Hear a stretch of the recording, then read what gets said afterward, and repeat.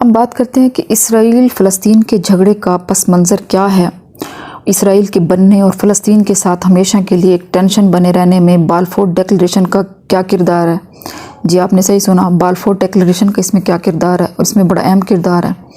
اور یہ لڑائی دراصل پاور سینٹرز جیسے امریکہ، روس، برطانیہ اور چین کے بیچ میں کیسے ہے؟ ان سوالوں کا جواب دیکھنے سے پہلے ہمیں تھوڑا سا تاریخی پس منظر کو، اس کے تھوڑے سے بیک گراؤنڈ کو دیکھنا پڑے گا تاکہ ہماری تصویر ساری مکمل ہو جائے۔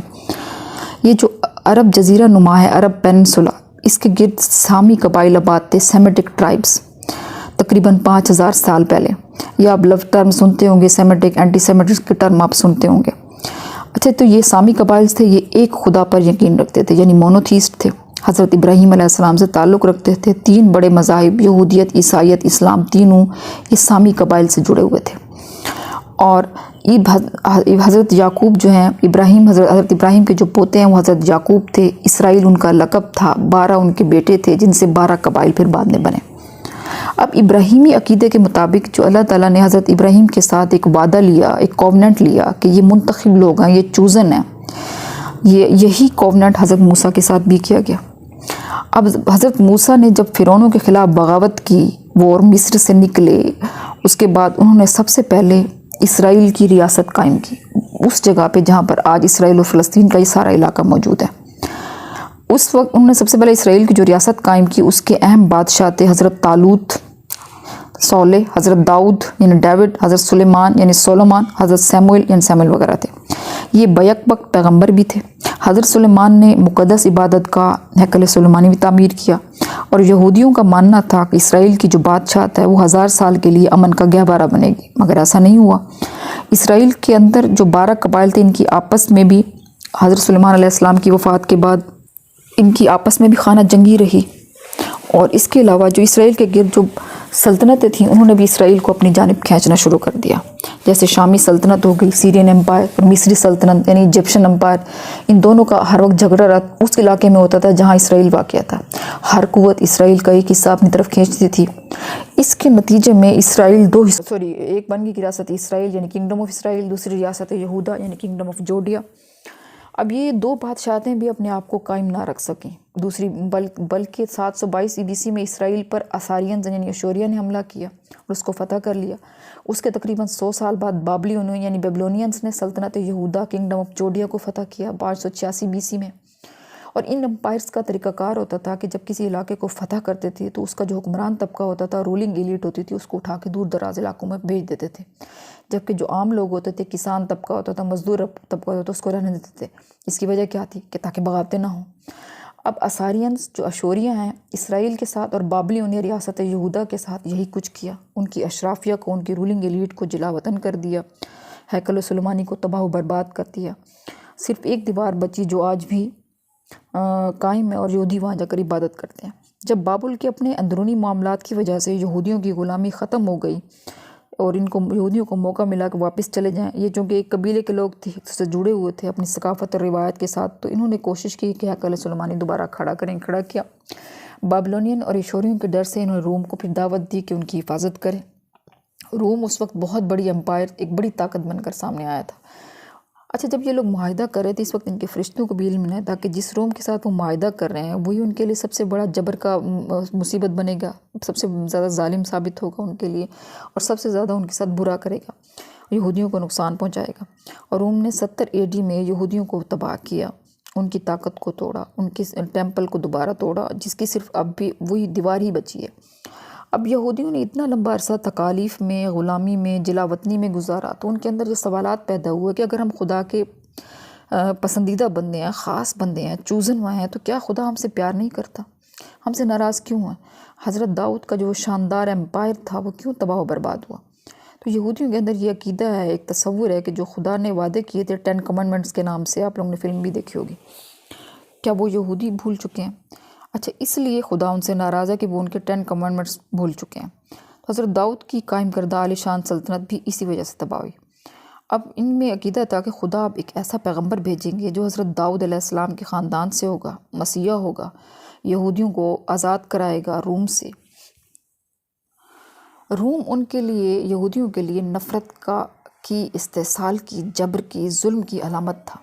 وہ چاہتے تھے کسی طرح روم کا اقتدار اسرائیل سے ہٹا دیں اور ایسی حکومت قائم کریں تو اور اپنی حکومت قائم کریں۔ اس زمن میں انہوں نے بہت زیادہ بغاوتیں کی، اب آزادی حاصل کرنے کے لیے بہت بار کوشش کی، اور روم جو ہے وہ اپنے باغیوں کو صلیب کی سزا دیتا تھا، انہیں کروسیفائڈ کر دیتا تھا۔ یہ سب سے سخت ترین سزا سمجھی جاتی تھی انقلابیوں کے لیے، حریت پسندوں کے لیے، آزادی کے متوالوں کے لیے سب سے خوفناک سزا سمجھی جاتی تھی۔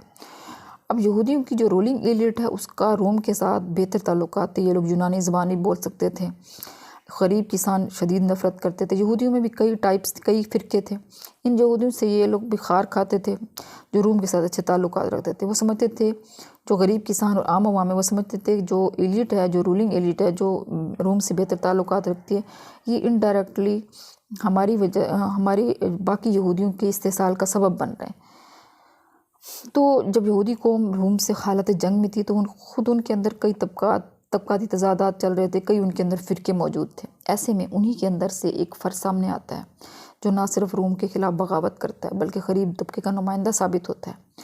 اس فرد کا نام تھا جیسوس کرائسٹ، حضرت عیسیٰ علیہ السلام، یعنی مسیحا۔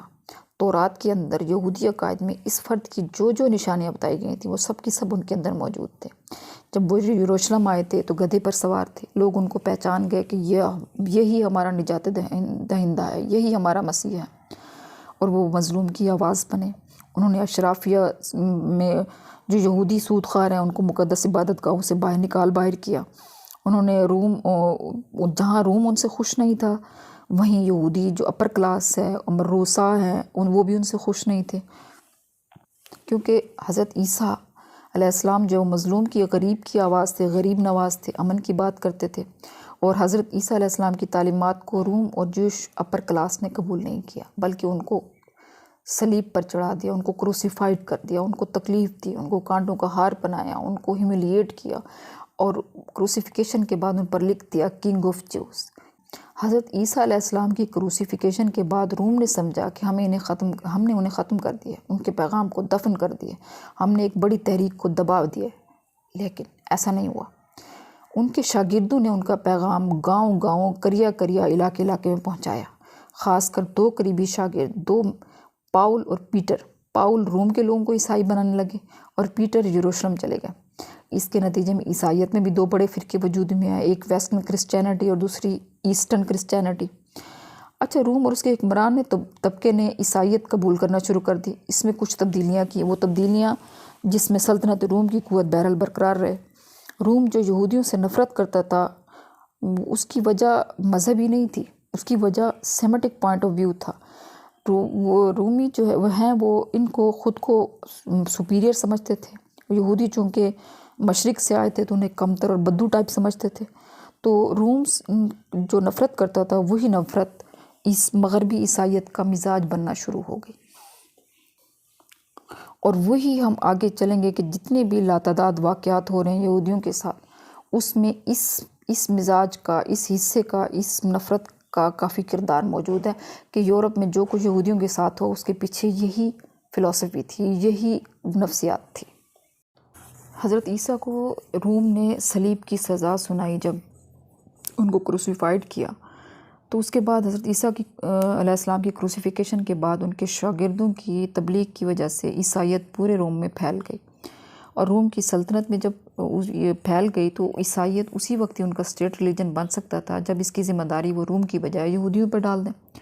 اس مقصد کے لیے صدیوں تک روم نے خوب پروپیگنڈا کیا، خوب باویلا کیا کہ یہودی حضرت عیسیٰ کی کروسیفیکیشن کے ذمہ دار ہیں۔ اس سے عیسائیوں کے اندر یہودیوں کے لیے شدید نفرت پیدا ہوگی۔ اب یہ نفرت ویسٹرن کرسچینٹی کا مزاج ہے۔ تو اس میں جنگ عظیم اول میں، فرسٹ ورلڈ وار میں، برطانوی حکومت نے ایک ڈیکلریشن سائن کیا جسے بیلفور ڈیکلریشن کہا جاتا ہے۔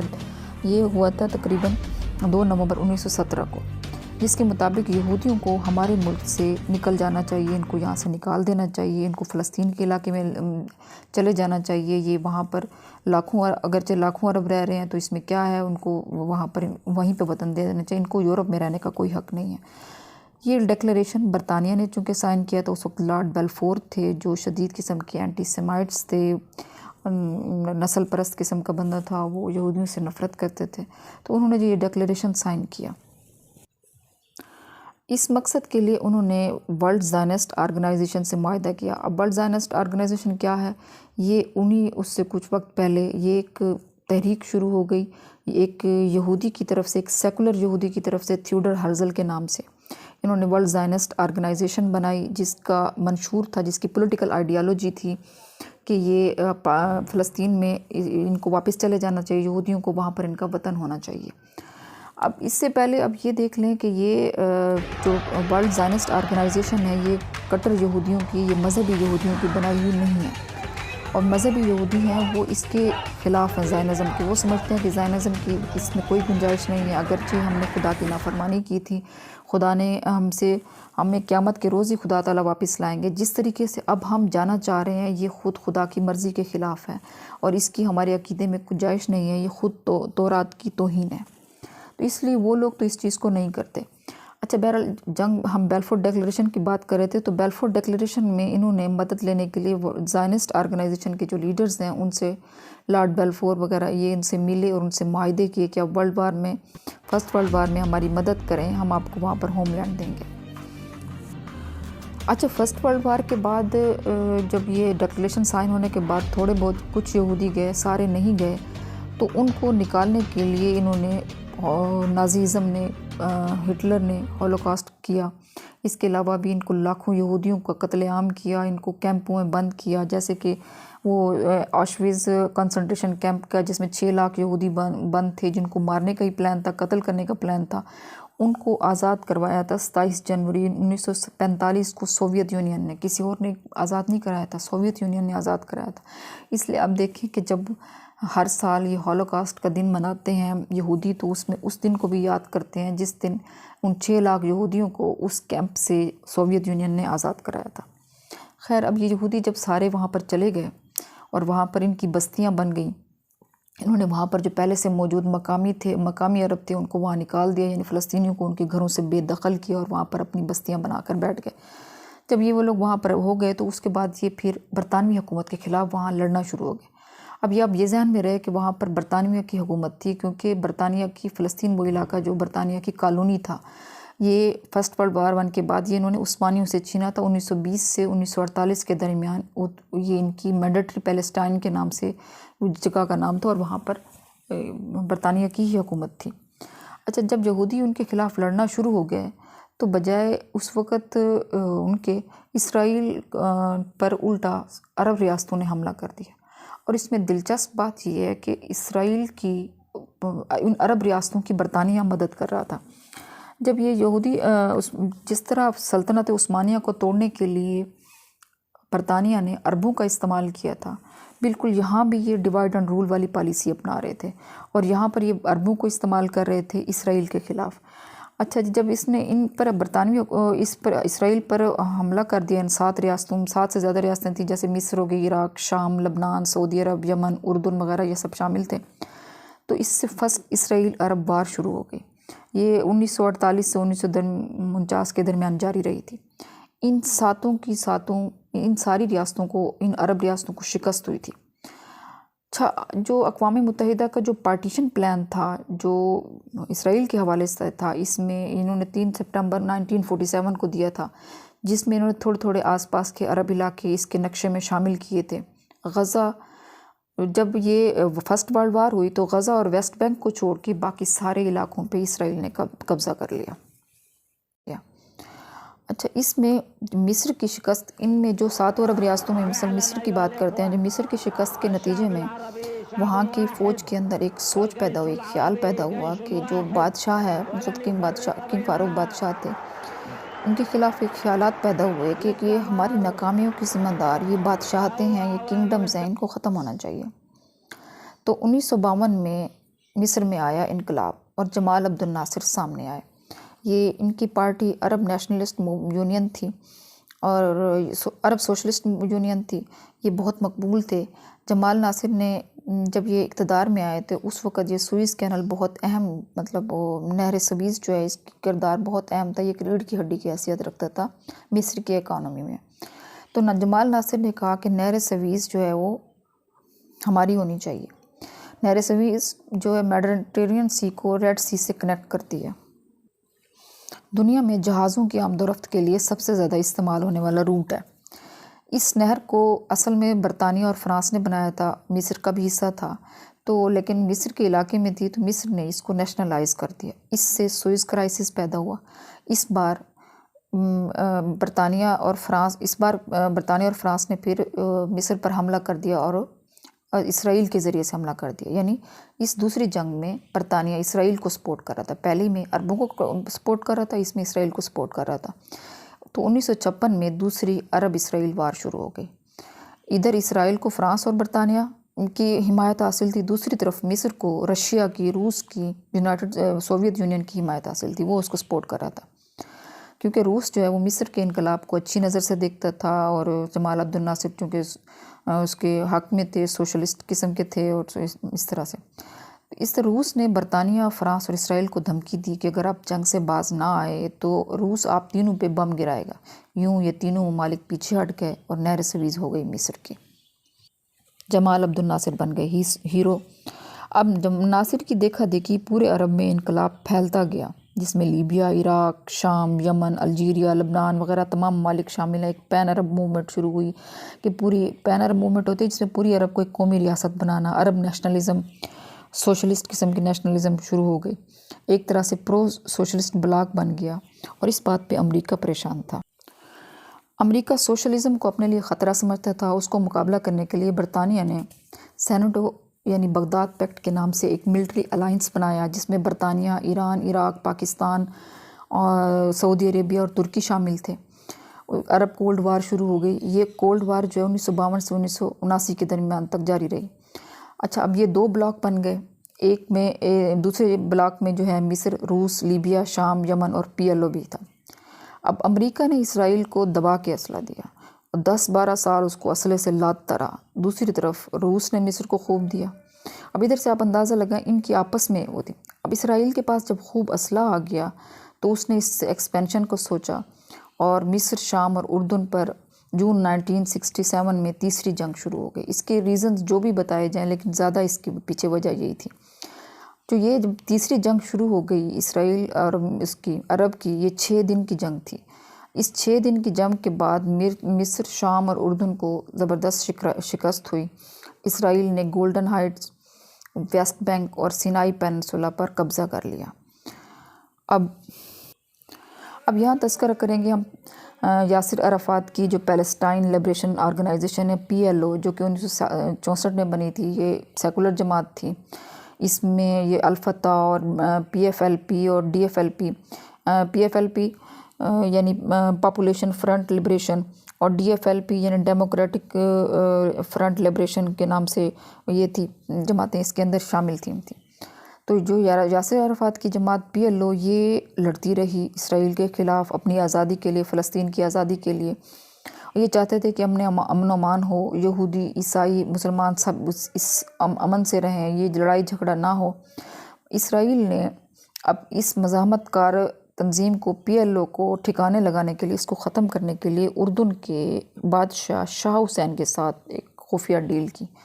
اس سے شاہ حسین نے پھر پاکستان سے کہا کہ اس کی مدد کریں PLO کو شکست دینے کے لیے۔ اب پاکستان میں اس وقت یایا کی ملٹری ڈکٹیٹرشپ تھی۔ پاکستان نے ضیاء الحق کو بھیجا بھی صحیح فلسطین میں، اور اپنی فوج کو استعمال کیا PLO کو شکست دینے کے لیے۔ اچھا، جو اس کو واقعی شکست ہوئی پیلسٹائن لبریشن آرگنائزیشن کو، یاسر عرفات کو اردن چھوڑ کے لبنان جانا پڑا، تو اس واقعے کو فلسطینی اور PLO بلیک سپٹمبر کے نام سے یاد کرتے ہیں۔ اب آ جاتا ہے 73 کے اندر سوویت یونین شام، مصر، اردن کو بہترین اسلحہ، guided missile, anti tank missile دیے، اور خوب اسلحہ دیا جدید قسم کا۔ ان چیزوں سے ان کی پاور بہت ہوگی، اور جو انہوں نے عربوں نے بہترین سے اسٹریٹجی بنائی، یعنی شام نے گولڈن ہائٹس کے حوالے سے، مصر نے سینائی پیننسولا کے حوالے سے، تو ان کے درمیان دونوں فوجوں کی آپس میں آمنے سامنے ہو گئی، ان دونوں کی لڑائی ہوئی۔ اس جنگ کو یوم کپر وار کہا جاتا ہے۔ اس میں زبردست انہوں نے وہ حملہ کیا تھا، اور اس میں عربوں کو فتح حاصل ہوئی اور اسرائیل کو زبردست قسم کی شکست ہوئی۔ اچھا اس وقت امریکہ پھر میدان میں کود پڑا ہمیشہ کی طرح. تو آپ نوٹ کریں کہ یہ جنگ 3 پاورز کے درمیان ہو رہی ہے، جیسے کہ یعنی ان باقی ملکوں کے ذریعے ایک دوسرے سے لڑ رہے ہیں، جیسے امریکہ، برطانیہ اور روس. اصل ان پاور سینٹرز کے درمیان کشاکش تھی اس وقت. اچھا پاکستان کا جہاں تذکر کریں، اس وقت پاکستان میں بھٹو کی حکومت آ چکی تھی، ان کی خارجہ پالیسی تبدیل ہو چکی تھی. بھٹو سوشلسٹ قسم کے نظریات کا حامل تھا. یاسر عرفات سے اس کی دوستی تھی، ناصر کو اچھی نظر سے دیکھتا تھا. تو عبدالستار الوی جو اس وقت ایئر فورس میں تھے، ان کی سربراہی میں ایک مشن بھیجا گیا، سیکرٹ مشن، اور انہوں نے فلسطین میں جا کے مدد کی، اسرائیل فلسطینیوں کی. تو اس طرح سے یہ اس جنگ میں ان کے حوالے سے ان کی مدد کی تھی. اب یوم کپور وار میں جب اسرائیل کو شکست ہوئی تو امریکہ اب کی بار میدان میں آیا، اسرائیل کی مدد کو آیا، اور 1978 میں ہوا کیمپ ڈیوڈ اکارڈ کے نام سے مصر اور اسرائیل کے درمیان ایک معاہدہ ہوا. کہ وہ کس طرح سے کہ امریکہ نے اس وقت انور سادات آ چکے تھے، انور سادات کو بلایا امریکہ میں اور کہا کہ آپ نے وہاں اسرائیل کے صدر کے ساتھ کیمپ ڈیوڈ میں 12 دن خفیہ سیکرٹ مذاکرات ہوئے. اس میں جو اسرائیل کے وزیر اعظم تھے اس وقت کے، انہوں نے کہا کہ ہم سینائی پیننسولا جن پہ جو اب ہمارے پاس ہے یہ ہم آپ کو واپس کر دیں گے، مگر ہم اس بات پہ معاہدہ کرتے ہیں کہ آئندہ ہم ایک دوسرے سے جنگ نہیں کریں گے. ہم اسرائیل میں آپ کو دعوت دیتے ہیں، آپ ہماری پارلیمنٹ سے خطاب کریں. اس معاہدے نے مڈل ایسٹ میں سیاست کی پوری ایک شکل کو تبدیل سا کر دیا. یوں طریقے سے امریکہ نے مصر کو پرو سوویت بلاک سے نکال کر پرو یو ایس بلاک میں لے آیا، اور جو وعدے مصر سے کیے انہیں پورا بھی کیا، اور اس کے بعد اسرائیل کو خوب اسلحہ بھی دیا گیا اور سب کچھ ان کے ساتھ کیا گیا.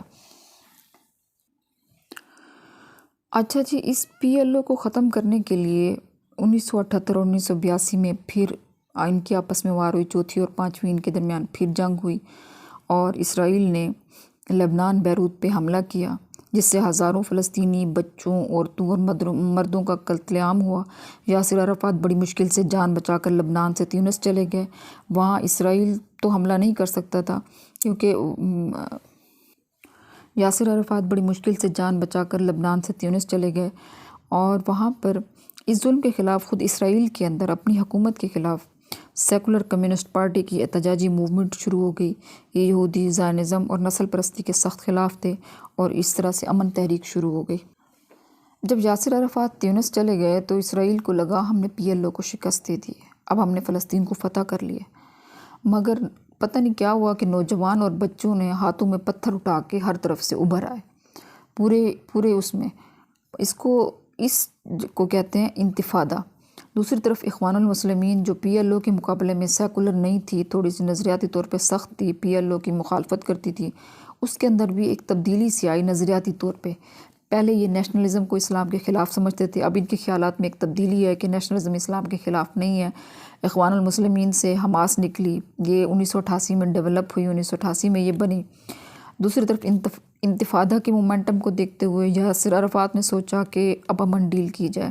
سوویت یونین اس وقت ختم ہو چکا تھا، اس کے نتیجے میں سوشلسٹ بلاک بھی ختم ہو گیا. تو انہوں نے سوچا کہ سوویت یونین ویسے ہی ختم ہو گیا، سوشلسٹ بلاک بھی رہا نہیں، تو کیوں نہ امن معاہدہ کیا جائے. تو 1993 میں انہوں نے اوسلو اکارڈ کے نام سے ان کے درمیان امن معاہدہ ہوا کہ پیلسٹائن نیشنل اتھارٹی، ایک فلسطینی نیشنل اتھارٹی بنائی جائے جس میں ویسٹ بینک اور غزہ کے اندر ان کی اپنی اپنی حکومتیں ہوں.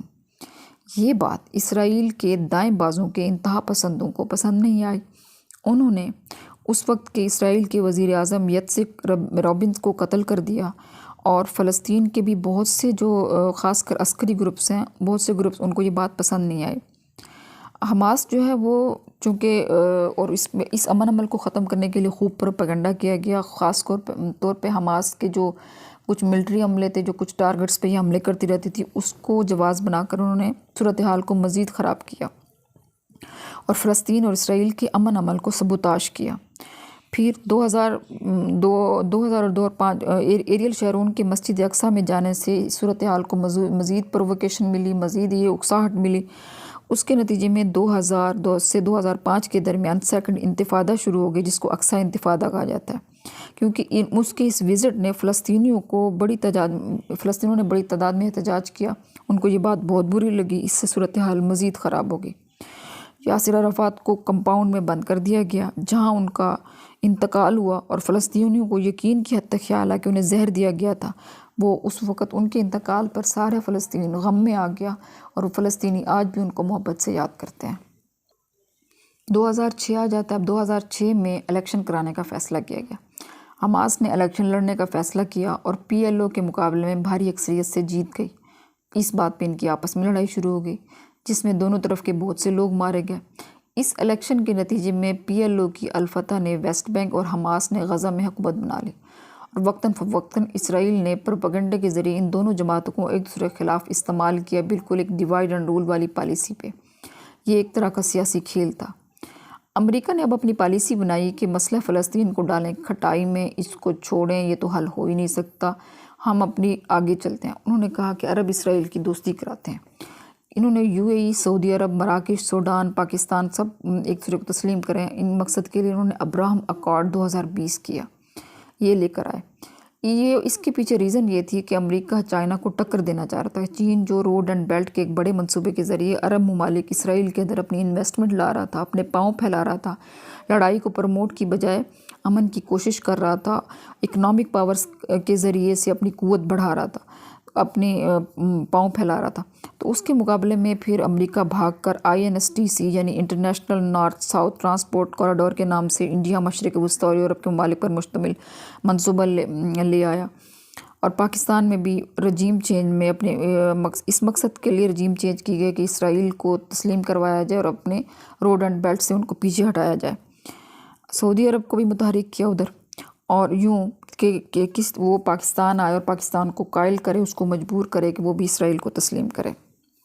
حماس نے ساری صورتحال کو دیکھتے ہوئے سوچا کہ 2006 سے یا پچھلے 13 سالوں سے ہم امن سے بیٹھے ہیں، ہمیں اس امن نے کیا دیا؟ فلسطین کا مسئلہ تو ویسے وہیں کا وہیں ہے، یہ دنیا خاص کر مسلم دنیا تو ہمیں بھول رہی ہے، ایک دوسرے کو اسرائیل کو تسلیم کرنے جا رہی ہے، مسئلہ فلسطین کو انہوں نے سائیڈ لائن کر دیا ہے، ہم نے تو 2 نیشن اسٹیٹ کو بھی قبول کر لیا تھا، ہماری بجلی، پانی، انٹرنیٹ اور ایئر سپیس سب اسرائیل کے کنٹرول میں، ہم ایک اوپن جیل میں غلامی کی زندگی بسر کر رہے ہیں، ہر جگہ ہم پر چیک پوسٹ اور اجازت نامے ہیں۔ اس آرام سے بیٹھنے نے ہمیں کیا دیا؟ الٹا ہمیں غلام بنا دیا۔ تو حماس نے اسرائیل پر حملہ کر دیا، اس سے ابراہم اکارڈ اکنامک کاریڈورز کھٹائی میں پڑ گیا۔ اسرائیل نے جواب میں حماس کے عسکری ٹھکانے پہ حملہ کیا اور غزہ شہر پر بمباری شروع ہو گئی۔ تقریباً 11-12 ہزار بچے، عورتیں اور نوجوان مارے گئے، ہسپتالوں کو اڑا دیا، ان کی الیکٹرسٹی بند کر دی گئی، جس کی وجہ سے بچوں کی آکسیجن ختم ہونے سے ہسپتالوں کے اندر جو نومولود ہیں ان کی بڑی تعداد میں ان کی وفات ہوئی، اور ٹنوں کے حساب سے بم پھینکے گئے۔ اتنے تو سیکنڈ ورلڈ وار میں بھی نہیں استعمال ہوئے تھے۔ تو ایک طرف وہ بمباری کر رہا ہے، دوسری طرف غزہ کے لوگوں کا پانی اور بجلی بند کر کے انہیں بھوکا مار رہا ہے، اور لاکھوں کی تعداد میں اس نتیجے میں لاکھوں کی تعداد میں لوگ گھروں کو چھوڑ کر گئے، تقریباً 15 لاکھ لوگ بے گھر ہوئے۔ اسرائیل کے اس تاریخی سکینڈل کے خلاف دنیا بھر میں شدید قسم کے مظاہرے ہو رہے ہیں، خود اس میں یہودی بھی شریک ہیں جو زائنزم کے خلاف بیانات دے رہے ہیں کہ یہ ہماری تعلیمات کے خلاف ہے۔ حماس جو ہے وہ مسلسل اسرائیلی ٹھکانوں کی طرف مطلب اس کو نشانہ بنا رہا ہے، اور دوسری طرف جو حزب اللہ اس میں بھی شامل ہو گئی ہے۔ امریکہ ہمیشہ کی طرح اسرائیل کی اس وقت بھرپور مدد کر رہا ہے، اس میں بحری بیڑا امریکہ کا، جدید قسم کا اسلحہ، میزائل ٹیکنالوجی، اور خود امریکی ماہر کمانڈوز اسرائیل کے ساتھ مل کر حماس کے خلاف لڑ رہے ہیں۔ خود اسرائیلی عوام بھی حیران ہے کہ غزہ چھوٹی سی پٹی پر حملہ کرنے کے لیے اسرائیل کو آخر امریکہ جیسی سپر پاور کی مدد حاصل کرنے کی کیا ضرورت پڑ گئی ہے، اور تمام پاور سینٹرز، تمام دنیا بار بار جنگ بندی کا مطالبہ کر رہی ہے، پوری دنیا میں شدید قسم کے احتجاج ہو رہے ہیں، پھر بھی بائیڈن اور نیتن یاہو پہ اثر کیوں نہیں ہو رہا کہ جنگ فل فلیجڈ انداز میں انہوں نے جاری کی ہوئی ہے۔ ایک طرف ایک عام سی ملیشیا ہے، دوسری طرف ریجن کی مضبوط فوج ہے جس کی مدد امریکہ جیسی سپر پاور کر رہی ہے، ان کا آپس میں مقابلہ بنتا نہیں۔ دوسری طرف یہ بھی سوال اٹھ رہا ہے کہ کہیں ایسا تو نہیں کہ اسرائیل کا حملہ، حماس کا حملہ دراصل اسرائیل کا ہی ٹریپ ہو، اسی کے اسٹیبلشمنٹ کا ہی ٹریپ ہو، اور حماس نے اس میں غلطی سے پاؤں رکھ دیا ہو، یا اس طرح سے وہ ان خیالات کے پیدا ہونے کی بھی کئی وجوہات ہیں۔ ایک تو ایک کہ اسرائیلی جو اسٹیٹ ان کی انٹیریئر منسٹری سے ایک جو ڈاکومنٹ خفیہ ڈاکومنٹ لیک ہوا ہے اس میں ان کے پلان شامل ہیں. دوسرا ان کے اسرائیلی آفیسرز کی ایک ویڈیو سرکولیٹ کر رہی ہے سوشل میڈیا پہ جس میں وہ کہہ رہے ہیں کہ یہ انسائڈ جاب تھی. تیسری چیز جو یہ ہے کہ ان کے اندر یہ امریکہ اتنی شدت سے جو انوالو ہو گیا ہے اور اتنی اس سے کہ ایک عام ملیشیا کے مقابلے میں ایک زبردست قسم کی فوج اور سپر پاور کی فوج اور اتنا جدید قسم کا اسلحہ جو وہ کر دیے گئے. اس سے لگتا ہے کہ ان کے پلانز کچھ اور ہیں. پھر جنگ سے کچھ دن پہلے ان کو وارننگ دی گئی تھی، ان کو بتایا گیا تھا ان کو انٹیلیجنس نے کہ آپ نہ کیا کہتے ہیں کچھ ہونے والا ہے، انہوں نے کوئی ایکشن کیوں نہیں لیا. پھر ایک اور ریزن بھی ذہن میں آتی ہے کہ یہ پٹی پر جو لوگ موجود ہیں اسرائیلی اس پہ بارڈر پہ جو لوگ موجود ہیں ان سے اسلحہ کیوں لے لیا گیا. یعنی ان چیزوں کو پھر اس کے بعد جب حماس کے لوگوں نے حملہ کیا، بارڈر تو توڑ کر آئے، تقریباً 8 سے 21 گھنٹے کے دوران لوگوں کو زندہ سلامت لاریوں میں بسوں میں لاد کر لے بھی گئے اور کیا کہتے ہیں لوگوں کو مارا بھی صحیح. اس وقت انہوں نے ایکشن کیوں نہیں لیا اسرائیل کی حکومت نے؟ یہ تو 5 منٹ میں گن شپ ہیلی کاپٹر پہنچ سکتا تھا. تو ان سارے فیکٹس کو دیکھ کے تو ایسے لگتا ہے کہ کہیں یہ خود اسرائیل کی انسائڈ جاب نہ ہو. دوسری طرف اس وقت جو حماس کی سچویشن ہے ایسے لگتا ہے کہ حماس اپنے پوائنٹ آف ویو سے چیزوں کو دیکھ رہی تھی. تو ابھی تک تو صورتحال ایسی ہے کہ لاکھوں لوگ بے گھر ہو چکے ہیں، ٹنوں کے حساب سے وہاں پر بم پھینکے گئے ہیں اور ایک عجیب قسم کے خوفناک قسم کا المیہ وہاں پر وجود لے رہا ہے فلسطین کی سرزمین پر. اب دیکھو اس جنگ کا نتیجہ کیا نکلتا ہے. فی الحال تو ایک غزہ کے لوگوں کی زندگی انتہائی مشکل اور دکھ میں مبتلا ہے. 1948 سے پہلے معاملات اتنے سویر نہیں تھے. یہ برطانیہ اور اس کے بالفور ڈکلریشن اور ان نے امن پسند فلسطینیوں کو اپنے گھر سے بے گھر کیا.